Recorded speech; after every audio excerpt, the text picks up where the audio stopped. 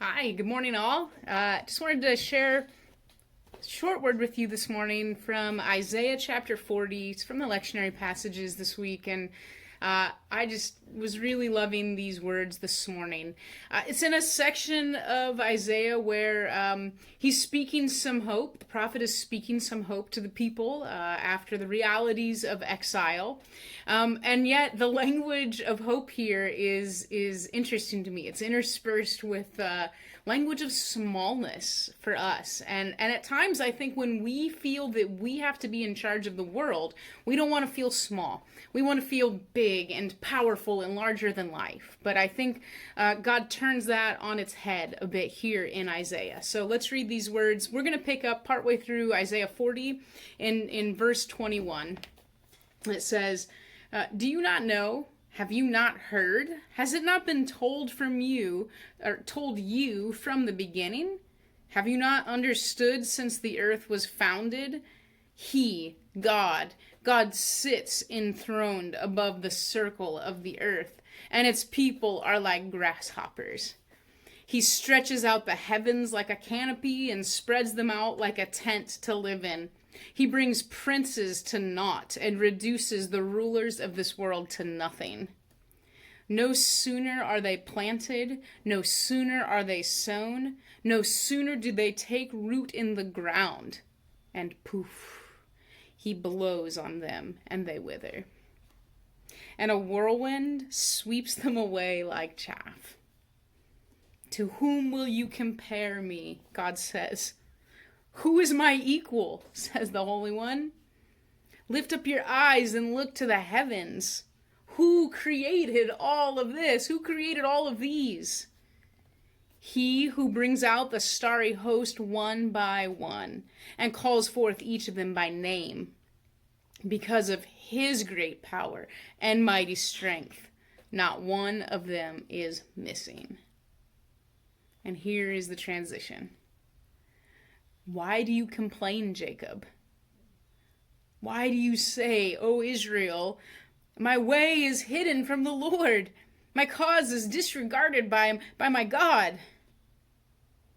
Do you not know? Have you not heard? The Lord is everlasting God, the creator of the ends of the earth. He will not grow tired or weary.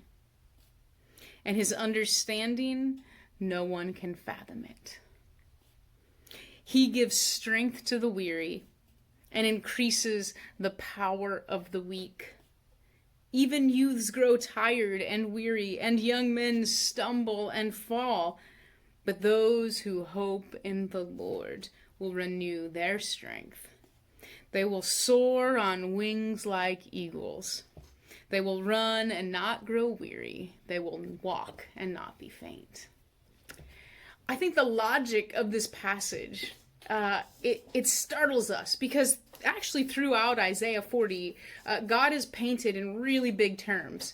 This is like the God of creation, the epic primordial waters coming out, the one who puts the earth in its foundations and sets up the dome and sits on his throne encircled above the heavens. This is the one who brings out each star every night and knows them by name, and none of them are missing because of his hand. And it says, in comparison, we are like, this is earlier in verse 40, we're like grass that is here one day and then withers and dies the next. And our faithfulness is nothing but like a flower that blooms one day and goes away the next. We're fleeting. He talks about the nations as dust, or just one little drop in the bucket. Entire groups of people are just so tiny to our Lord. And here in this passage, I love this, he talks about us as grasshoppers. Another word for it this word in Hebrew can be the grasshopper, something like a locust. Actually slightly annoying, pesky, destructive creatures. I remember growing up with my family and each year going to the farm, my grandparents' farm in Iowa, and on those hot, like sweltering summer days when the air was so still and there was just like a quiet heaviness hanging over the air with like that deep humidity, and you could just hear, all you could hear in the fields walking were the grasshoppers. And I remember I would walk through my grandparents' fields, and just with every step it was like a cloud of grasshoppers, whacking you in the face and dodging and everything. And I think how, in my mind, even though actually I had an affinity for the grasshoppers, like my cousins used to fish with them as bait, and I was never like super into that because I like the grasshoppers. But like, even though I had a kind of affinity for them, like they're just grasshoppers. They're temporary, they're seasonal. There are so many of them in that context, at least, that I never really gave them much mind. They were the things that you dodged and tried to stay out of their way. So they were flying away over your footsteps. But I didn't think much about them. And so I think what this passage challenges us to think about is, well, what about our God? Because he's telling us we're grass, we're flowers, we're drops in the bucket, we're little grains of sand, we're grasshoppers. None of those things sound super exciting, because to us as humans, we don't pay much mind to those things. And I think maybe we should. Because this passage tells us our God pays mind to us. You even hear here, Jacob, Israel, right? It's like, why do you complain? Why do you say that my way is hidden from the Lord, that he disregards my cause? And I think that's how we all feel at times, is we actually feel our smallness. We feel that we are just a drop in the bucket.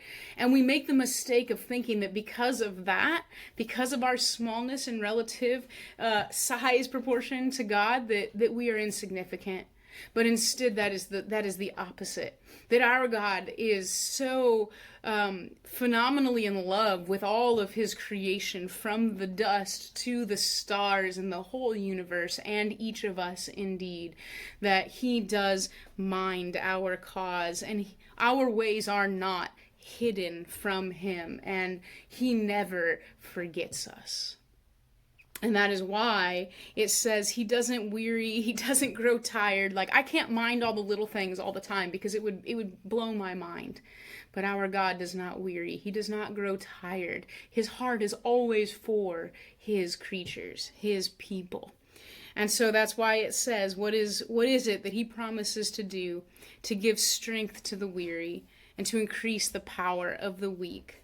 Yeah, even young ones of us, we grow tired and weary, we stumble, we fall, but we that hope in the Lord will renew our strength. Old, young, everywhere in between, tired out and exhausted, his promise is, I will renew your strength, and you will soar on the wings of eagles. You will run and not grow weary. You will walk and not be faint. So hear those words today. You in your smallness, in your breathiness, in your relative insignificance to God, are never insignificant. He sees you and knows you and numbers your days and loves you through all of your days and gives you strength so that you will not faint. Rise up today and be strong and hear these words.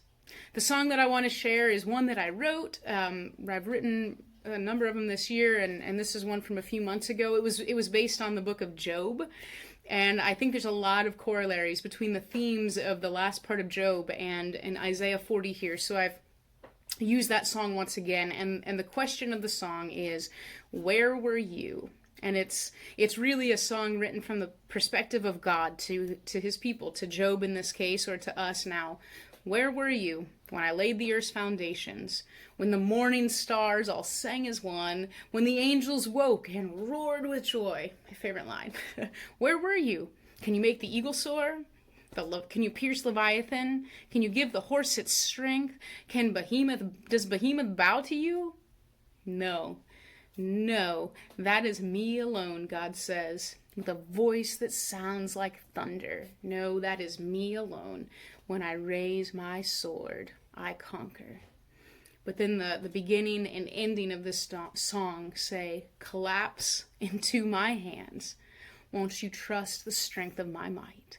Today I implore you to trust the strength of his might, but also to trust the strength of his love, that in his mightiness, he is for you. Be blessed today, hear these words, and rise up in strength on the wings of eagles. Take care, friends. Collapse into my hands. Won't you trust the strength of my might? Where were you when I laid the earth's foundations? Where were you when the morning stars all sang as one? Where were you when the angels woke and roared with joy? Can you make the eagle soar?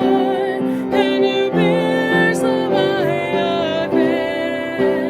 Did you give the horses strength? Does behemoth bow to you? No, that is me alone, with a voice that sounds like thunder.